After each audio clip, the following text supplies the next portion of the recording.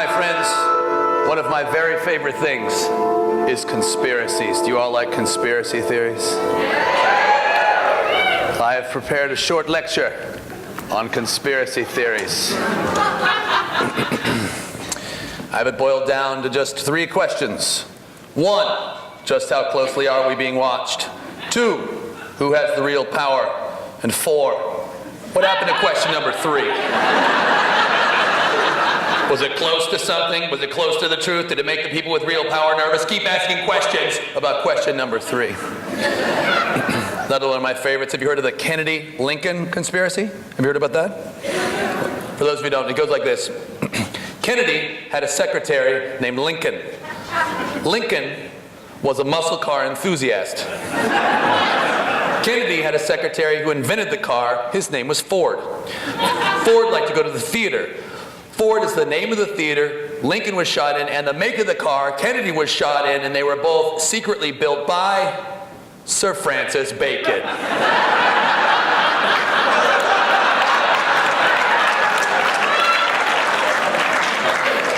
Coincidence or conspiracy? Here's another.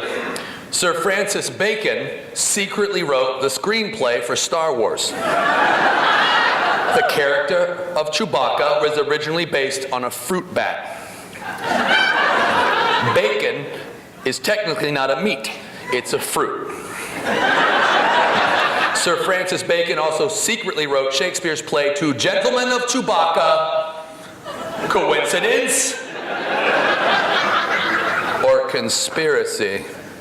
Sir Francis Bacon not only wrote most of Shakespeare's plays, he also wrote all of Marlowe's, 2 of Moliere's, and half a season of Full House.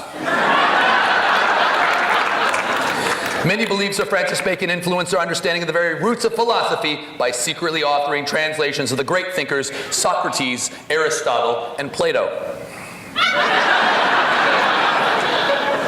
Everyone loves Plato. Who among us in our childhood didn't sit under the Christmas tree and eat some?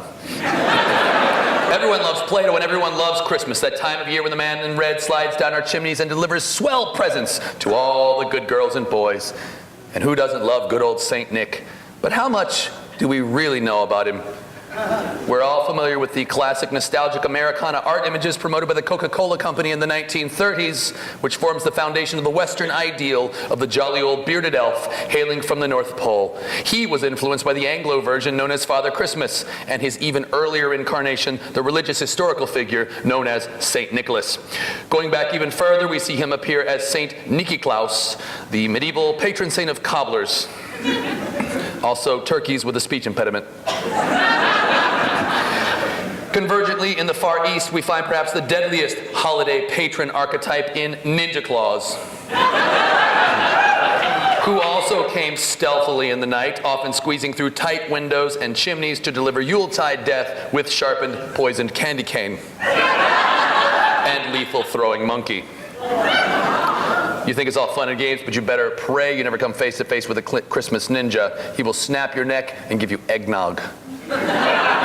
But the tradition of Santa Claus isn't derived solely from its Asian, European, or pagan roots. There's a large body of evidence which points us towards the genetic hearth of all humanity, Africa, where we see Mobutu Claus, pictured here in his iconic beard, mask, and Sherlock Holmes pipe, would deliver delicious treats to all the good girls and boys of the Serengeti. His pipe was said to magically drive away lions, who were a particular logistical problem, as he was always accompanied by 8 tiny antelope.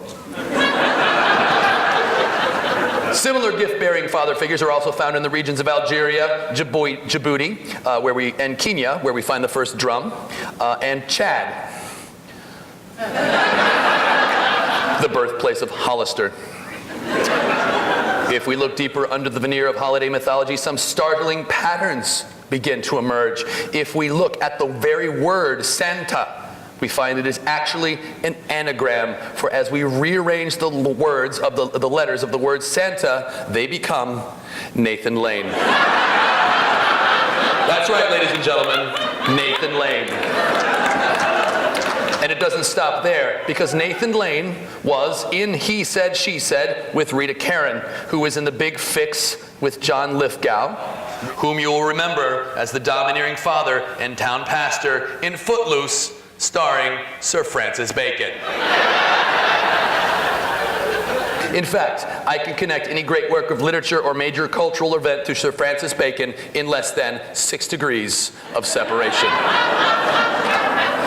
My friends, keep asking questions. Watch your backs. I hope you learned something.